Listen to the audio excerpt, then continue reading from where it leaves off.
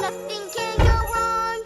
Oh no, it all went wrong. Hello everybody, back again with another Retro Redux. Yay! Today we're talking about Iron Man 2. No! Now, Iron Man 2 is a very, very interesting movie. I know I all over the Incredible Hulk, and it deserved to be on. But rewatching this film has kind of confirmed my stance on the overall quality of the MCU, especially Phase 1. So far, we're 3 movies in, and only one of these movies are good. Like, seriously, I understand that the MCU, especially as of late, has had quite a few misses, primarily on Disney Plus and obviously in the films as well. But I'd be lying to you if I told you I loved Phase 1 or even Phase 2. Now, there are films that I do love out of Phase 1 and 2. Iron Man 1 is great, but after seeing Incredible Hulk and now Iron Man 2, we must face facts. Phase 1 MCU was mid. We only have Thor, Captain America 1, and the first Avengers film left in the MCU, and I don't remember liking any of those except for the Avengers film. So hopefully by the end of the MCU's Phase 1 period in my Retro Redux, I could renege my statement and actually say, Phase 1 was pretty good, we just had these 2 bad movies. Honestly, just to attack the more modern criticisms of the MCU, you know, we have things like the MCU, bad jokes, forced MCU connections, vapid scenes, contrived solutions to the characters' problems, and my personal favorite, a lame CGI final battle with a cool location. Now, how many MCU movies can we describe with these? And how many of them take place before the end of the good MCU? Quite a bit of them. And this is one of them. But let's talk about it. Let's get into the plot of Iron Man 2. Following Iron Man 1, Tony Stark is now dealing with the political repercussions of introducing probably the world's greatest super weapon, superseding the nuke, the Iron Man suit. The government wants to take hold of that, and he's not having it. Unfortunately, at the same time, while he's dealing with his own personal demons, such as his physical health, the arc reactor that he created in the first Iron Man, he is being poisoned at the same time as him being saved by the arc reactor. And to make matters worse, there is a revenge plot happening in the background where Mickey Rourke plays a dude named Ivan Drago, or whatever his name is, who wants revenge on the Stark clan because of how his dad was, I guess, dashed away by Tony Stark's father back in the day, but also because of how intelligent Ivan is and his connections to the Stark clan. His dad helped create the arc reactor, thusly allowing Ivan to inherit his dad's planning and genius to create his own weapon to battle Iron Man. And simultaneously, there's another engineer similarly to Tony Stark but is much lamer, named Justin Hammer, who wants to create his own Iron Man suit and be funded by the government, especially considering Tony Stark gave the government the middle finger. And Tony Stark's friend Rhodey, now portrayed by Don Cheadle as opposed to Terrence Howard, is caught in the middle of all this because at the end of the day, he wants to be a good soldier, a good general, or a lieutenant, or whatever Rhodey is at this time. But he also wants to be a good and loyal friend to Tony Stark. The movie itself sounds good on paper. This should have worked. Honestly, everything in this movie is just disjointed. There's a ton of good things, there's a ton of whatever things, there's a ton of bad things, and there's a ton of hilariously awful things. Now, the good.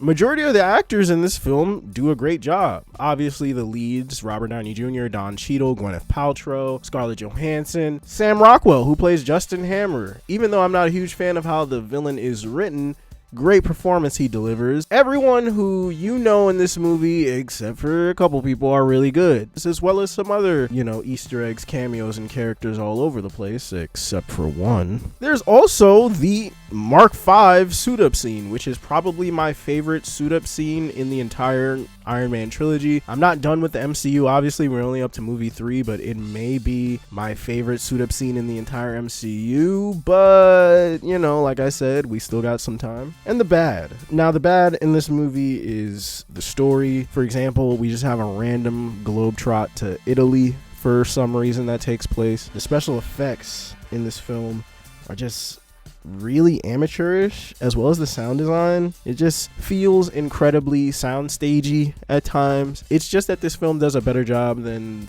majority, if not all, of the DCEU films, who I would also lobby that criticism too, because of how the lighting is, the props, the set design just feels a little bit more realistic than the DCEU's efforts. But especially in comparison to some of the better films we've seen in the past 20 years, this is probably one of the cheaper looking MCU films, all things considered. And then we get into the hilariously awful, which is Mickey Rourke.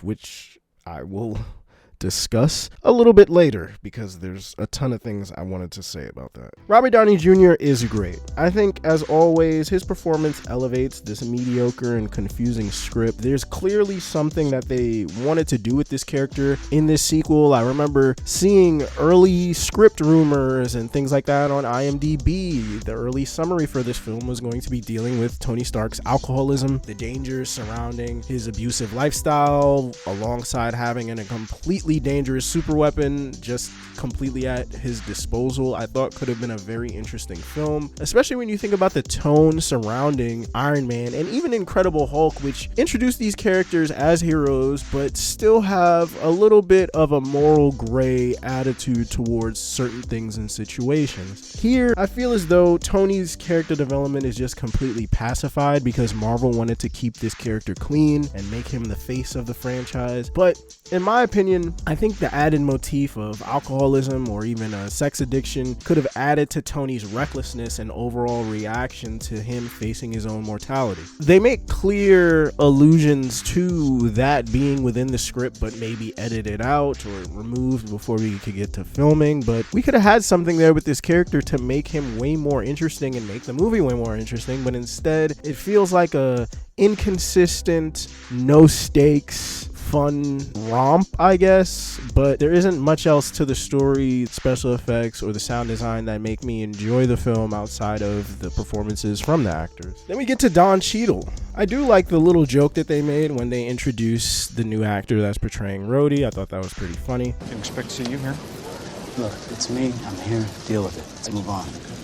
I just Drop it. All right, I'll drop it. And I think Don Cheadle is much better than Terrence Howard in this role. His deadpan reactions and lines to things that happen around him are great. And he does have some cringe humor in the final act that I'm not a fan of, but overall, you know, you take the good with the bad, especially when it comes to this movie. We also get Black Widow. Now, I don't think it's Scarlett Johansson's best performance in the MCU, but the character is absolutely one of the better parts of the movie. I really wish, like I said earlier, they could have tapped into the morally gray aspect of Tony more with an affair, especially during that scene before his birthday meltdown. It's clear that that was supposed to be something way more important and way more intriguing when it came to this character, but obviously they just drop it. Honestly, like I said, she's one of the better characters in the movie up until her hallway fight. I think it's really cringe, actually. Oh my fucking god, I think she just lynched this dude. But all in all, she is still peak woman. Like, look at her, Jesus Christ, she is so beautiful. Then we get to Whiplash. What? Whiplash.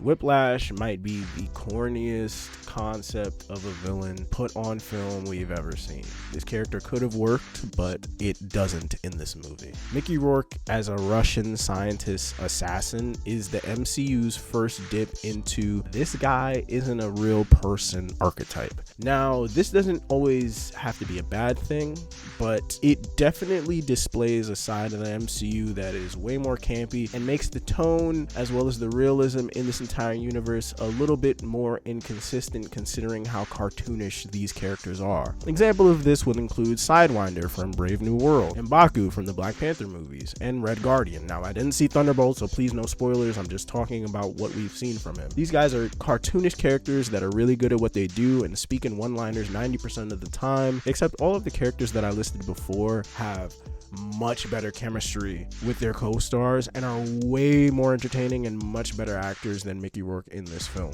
Honestly, when it comes to the overall concept of Whiplash, I get it and I'm all for it. I think the idea of Iron Man's villains being copycat scientists or, you know, reckless engineers who want to copy this suit or have a personal vendetta against Tony, I think that's all really cool. But I feel like in this film especially, Tony should have ran the gauntlet. He issues a challenge early in the movie, and it would be cool to just get a team of copycats that eventually align themselves with Justin Hammer and and supplies them with the tech that they could help him with because they also have the know-how. We could have had Whiplash, Crimson Dynamo, Titanium Man, Ghost, and even Ultimo all be major villains in this film, corralled by Justin Hammer, and I thought that could have been like a really cool idea. Now, just because that's not in the movie doesn't mean I think that's why this movie is bad. It's more the aspect of we could have had a team of interesting villains so that when we see Whiplash skipping rope up the street on this racetrack,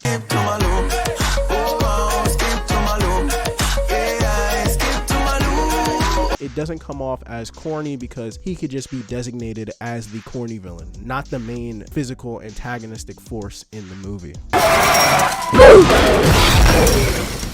Why would you kill him like that? I think the philosophical question of making Tony look vulnerable isn't valid enough to me because at this point in the MCU, he really isn't a legend yet. I think that arc would have made way more sense to be in the third film after the first Avengers, considering Iron Man saves the entirety of New York at the end and also suffers from a near-death experience. So him having these issues with his own mortality in terms of people trying to get at him and ruin his image or his legend status would have made way more sense after much more heroic worldly feats. And to be honest with you, I'm not that critical of the expansion of the overall MCU. I don't think it's that bad. It's just those are the only real important things in this film. Like I said, there's no aspect of this film that really develops any of the characters in any way. They're all stunted and are pretty much the same people from the beginning of the film to the end. Everyone from Rhodey to Tony to Pepper to Happy to Whiplash. Well, I mean, he is different at the end because he's fucking dead.